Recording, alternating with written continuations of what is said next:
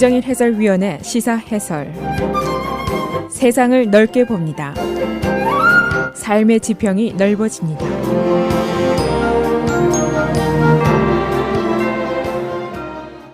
이 트럼프 대통령 탄핵이 한 발 더 가까워졌습니다. 어제 낸시 펠로시 의장이 하원 법사위원회에 공식적으로 탄핵안 Articles of Impeachment를 기한하라고 지시를 했습니다. 지금까지 예상했던 대로 하원은 신속하게 탄핵을 처리하게 되는데 크리스마스 전에 본회의 가결을 목표로 하고 있습니다. 한편 장본인인 트럼프 대통령은 탄핵 대결을 환영한다 하는 발언을 했습니다. 만일 당신들이 나를 탄핵하려면은 지금 빨리 좀 해라 라고 얘기를 했습니다. 역시 예상했던 대로 공화당 다수인 상원에서 신속하게 무혐의 판결을 받고 재선전에 열중하겠다 하는 의도로 볼 수가 있습니다. 이 하원에서의 탄핵 가결은 거의 틀림이 없는 일로 여겨집니다. 그렇게 되면은 트럼프가 미국 역사상 세 번째로 탄핵을 맞은 대통령이 됩니다. 닉슨과 클린턴은 모두 두 번째 임기에 탄핵을 당했습니다. 그래서 재선 걱정이 전혀 없었습니다만은 기록상으로 보면은 세 번의 탄핵 시도 중에 세 번 모두가 탄핵을 시도한 당이 그 다음에 오는 선거에서 패배를 했습니다. 98년도 클린턴 탄핵 이후에 공화당의 조지 부시가 등장을 했고 74년도 닉슨 탄핵 후에 민주당의 지미 카터 대통령이 등장을 했었습니다. 이 계산대로라면은 이번에도 민주당이 패배를 하게 되는데 그래서 트럼프 대통령이 이번 탄핵으로 공화당이 더욱 단결할 것이다, 내가 승리할 것이다 하는 기대를 하고 있습니다. 그러나 탄핵을 당한 장본인이 재선을 할 것인지 여기에 대한 여부는 알 수가 없습니다. 그래서 오늘은 펠로시 의장의 선언의 내용은 무엇인지 또 후속으로 벌어지고 있는 정치권의 스톰들은 어떤 것인지 알아보겠습니다. 12월 중에 하원이 탄핵을 가결시키고 그리고 이어서 상원이 1월 중에 탄핵안에 대한 재판을 벌이게 됩니다. 대법원장이 판사가 되고 상원 의원 100명이 배심원이 되는 셈입니다. 이 상원에서는 공화당이 다수로 지금 되어 있고 또 상원에서의 탄핵 가결은 3분의 2선 절대 다수선이기 때문에 하원에서 보낸 탄핵안이 상원에서 가결될 가능성은 지금으로서는 희박하다고 볼 수가 있습니다. 그러나 이 상원의 트라이얼이 아주 쉽게 벌어지는 것이 아닙니다. 그래서 이 트라이얼로 인한 정치적인 파장이 무시 못할 영향을 정치권에 줄 것이다. 2020년 대선에도 큰 영향이 미치게 될 것이다. 이런 예상이 가능합니다. 하원과 달리 상원 탄핵 재판에서는 화이트하우스가 적극적인 역할을 할 것이라는 예상이 높습니다. 그리고 증언도 이제 큰 문제인데 상원 공화당이 바이든 전 부통령을 소환해서 증언을 요구하게 됩니다. 또 그렇게 되면 상원 민주당에서는 마이크 펜스 부통령 그리고 마이크 폼페이오 국무장관을 소환해서 증언을 요구하게 됩니다. 지금 화이트하우스와 공화당 상원의 중진들이 모두 상원 청문회의 시나리오를 열심히 짜고 있습니다. 그래서 만만치 않은 대결이 예상이 되고 있습니다. 그런데 이 대대적인 정치권의 전쟁이 사실은 남의 일이 아니고 바로 나의 일이 되게 됩니다. 우선 인정 문제가 크게 영향을 받게 됩니다. 헤이 크라임 지금 전국적으로도 크게 늘었고 시카고에서만 60%나 상승을 했습니다. 바로 우리들이 이 문제에서 희생자가 될 가능성이 있습니다. 그리고 이민 문제, 합법 이민, 불법 이민을 모두 줄이겠다 또는 안 줄이겠다 이 문제가 이제 달려 있습니다. 특히 다카 문제, 어린 시절에 불법 입국한 수십만 명의 청년들, 여기는 한인들도 수만 명이 포함되어 있는 것으로 알려지고 있습니다만 이 문제가 절대적으로 영향을 받게 됩니다. 그 밖에도 약값이 상승할 것인가 내려갈 것인가 또는 최저임금을 올릴 것인가 내릴 것인가 총기 규제를 할 것인가 안 할 것인가 기후변화, 부패 문제, 대법원 판사 구성 문제 등이 모두 이번 탄핵의 성패 또는 내년도 선거의 결과에 달려있게 됩니다. 이 탄핵 정국이 계속되는 가운데 정치권의 언어가 점점 더 험악해져 가고 있습니다. 어제 펠로시 의장이 트럼프 대통령의 총기 규제 외면에 대해서 트럼프가 겁쟁이다, coward라고 공격을 했습니다. 트럼프 대통령이 잠시 후에 펠로시 의장을 가리켜서 정신 발작이다, nervous fit이라고 되받아쳤습니다. 또 그런가 하면 바이든 부통령 어제 아이오와에서 아들의 유크레인 부패와 관련된 의심을 하면서 질문을 하는 유권자에게 너는 거짓말장이다, you are damn liar 라고 그의 정면에서 공격을 했습니다. 또 낸시 펠로시는 기자회견 끝 마무리에서 기자에게 내게 집적대지 말아라, don't mess with me 라고 아주 삿대질을 하면서 혼을 내주었습니다. 낸시 펠로시는 트럼프가 국론을 분열시킨 장본인이고 헌법을 유리한 사람이고 대통령 취임 선서를 위반한 사람이다 라고 공격을 하고 있습니다. 여기에 반해서 트럼프 대통령은 민주당이 2016년 패배에 대한 분풀이를 하고 있고 무고한 대통령을 정치적으로 핍박하면서 마녀 사냥, 날조, 속임수를 쓰고 있다고 반격을 하고 있습니다. 어제 정치권에서 가장 드라마틱한 장면은 펠로시 의장과 보수계 언론인 Sinclair Broadcast Group의 제임스 로젠 기자와의 설전이었습니다. 그의 질문은 Do you hate president? 라는 아주 짧은 질문이었습니다. 이때 펠로시 의장이 회견을 끝내고 나가던 발길을 돌려서 기자에게 다가와서 Don't mess with me 라고 거칠게 대꾸를 했습니다. 그녀는 직후에 마이크가 있는 포디움으로 돌아와서 대통령은 총기 폭력 문제를 다루는 데서 겁쟁이 노릇을 하고 있다 라고 공격을 했고 다카 드리머들 문제에서는 잔인하다, 또 기후변화 문제에 대해서는 계속해서 거부를 하고 있다.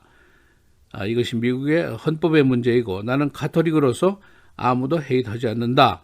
오히려 나는 대통령을 위해서 기도를 한다라고 얘기를 했습니다. 트럼프 대통령은 펠로시가 기도 운운하는 내용에 대해서 나는 그렇게 믿지 않는다라고 반응을 했습니다. 한편 조 바이든 전 부통령은 아이오와에서의 유세에서 한 청중의 질문을 받았는데 질문의 요지는 두 가지였습니다. 첫째, 그의 아들이 에너지 전문가도 아닌데 고액의 연방을 받으면서 유크레인에 간 것이 그대의 영향력이 아니겠느냐 하고 의문을 제기했고 또 하나는 그대의 나이가 너무 많다, 대통령 업무를 수행할 수 있느냐 하는 질문이었는데 바이든의 아들 문제에 대해서 You are damn liar 라고 얼굴을 맞대고 화를 내면서 그것은 사실이 아니다라고 강하게 부인을 했습니다. 그리고 나이가 이제 고령이다라는 문제에 대해서는 바이든의 질문자에게 즉석에서 나하고 푸시업, 팔굽혀 펴기 시합을 해보자 라고 제안을 하기도 했고 또 IQ 컨테스트를 해보자 라고 도전을 하기도 했습니다. 낸시 펠로시 하원 의장은 금년 초까지만 해도 탄핵 시도에 찬성을 하지 않았었습니다. 썩 내켜하지 않았는데 지금 여러 가지 진행 중인 중요 이슈들을 처리하는 것이 급선무다. 또 의회 구성상 당파적인 상황에서는 결론이 안 날 것이다. 또 선거가 벌어지면 중도적인 의원들이 피해를 입을지도 모른다. 그런 우려 때문이었습니다. 그러나 9월 초에 보수계 신문인 월스트리트저널 그리고 진보계 신문인 뉴욕타임스가 유크레인 사건을 터뜨렸고 잇따라서 내부 고발자 위슬블로우의 고발이 정식으로 있었고 그 후에 마음을 바꿨고 지금은 우리에게는 선택의 여지가 없다. No choice but act. 이렇게 마음을 바꿨습니다. 시사해설 김재일입니다. 시사해설은 믿음의 기업 황인석 치과 제공이었습니다.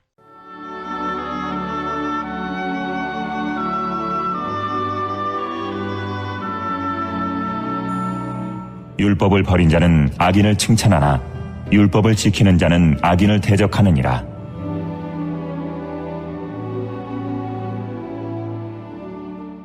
복된 소식 아름다운 소리 AM 1590kHz 시카고 기독교 방송입니다.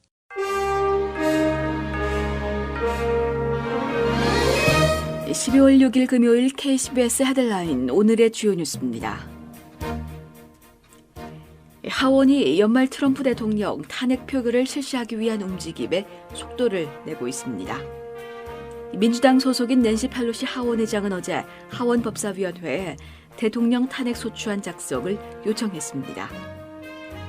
펠로시 의장은 어제 성명을 통해 안타깝지만 오늘 나는 확신과 겸손, 우리 건국자들에 대한 충성, 미국을 향한 애정을 갖고 제럴드 네들러 하원 법사위 위원장에게 탄핵 소추안을 진행해달라고 요청한다고 밝혔습니다. 민주당은 트럼프 대통령에 대해 직권남용, 뇌물, 사법방해, 증인 소환 거부를 통한 의회 방해 등의 혐의를 적용해 복수의 탄핵 소추안을 마련한 뒤 안건별로 하원 표결을 실시할 예정이라고 전했습니다. 하원 법사위는 이르면 다음 주 탄핵 소추안을 작성할 전망입니다. 지난해 미국에서 차량 호출 서비스 우버의 운행 중 발생한 성범죄가 3,045건에 달했습니다. 성폭행 피해자 대부분은 승객이었습니다. 그간 안전 문제를 지적받아온 우버가 이 같은 수치를 구체적으로 공개한 건 이번이 처음입니다. 지난해 우버와 관련한 성범죄는 총 3,045건이었습니다. 성범죄에는 원치 않는 입맞춤, 특정한 신체 부위 만지기, 성폭행, 성폭행 시도 등이 포함됐습니다. 성범죄는 2017년 2,936건이었지만 1년 사이 3.7% 늘었습니다. 성폭행 피해자의 92%는 승객이었습니다. 브라질, 인도 등에서 살인과 성범죄 사건이 발생했지만 우버의 이번 보고서는 미국의 통계만 집계했습니다.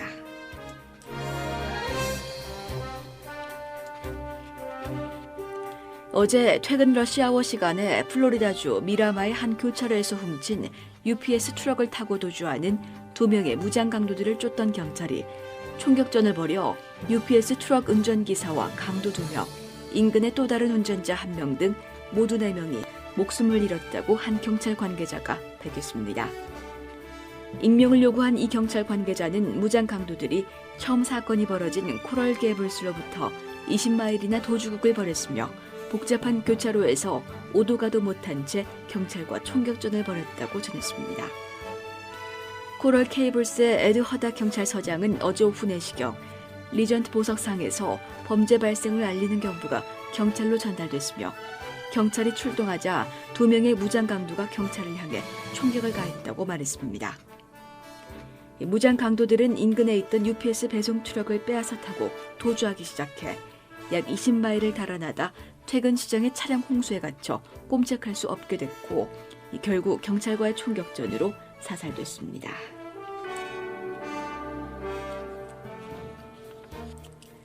미시간주에서 특별한 입양 재판이 열렸습니다. 어제 미시간주 켄트 카운티 그랜드 래피드 지방법원에서 열린 5살 마이클의 입양 재판에 유치원 친구들 20명이 증인으로 모습을 드러냈습니다.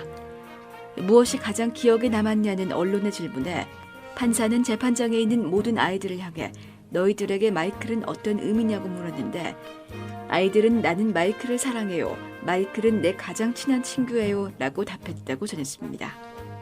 한편 입양의 날을 맞은 어제 켄트 카운티에서는 마이클을 포함해 총 37명의 어린이들이 입양됐습니다. 언론은 어제 법원에서는 눈물이 마를 시간이 없었다고 전했습니다. 미네소타주 중부 농장 지역에 어제 군용 헬기 블랙허크가 추락해 군인 3명이 숨졌습니다.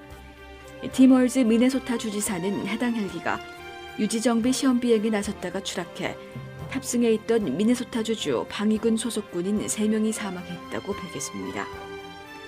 주 방위군은 이 헬기가 이륙 9분 후 메이데이 조난 신고를 보냈다고 밝혔습니다.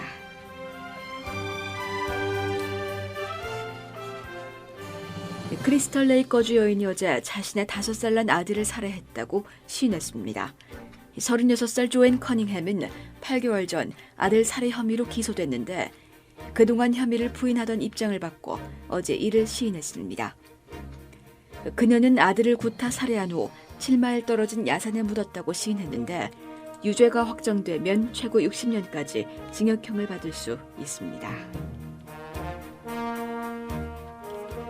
시카고시에서는 내년부터 마리화나를 집 뒷뜰이나 발코니에서도 흡연할 수 있게 됩니다. 주법은 공공장소 흡연을 금지하고 있으나 시카고시는 집 뒷뜰과 발코니를 공공장소로 간주하지 않습니다. 일리노이주는 내년 1월 1일부터 마리화나 흡연을 합법화합니다. 시카고 베어스가 어제 달라스 카우보이에게 31대 24로 이겼습니다. 쿼터백 미치 트로비스키는 어제 4개의 터치다운을 성공시켰습니다.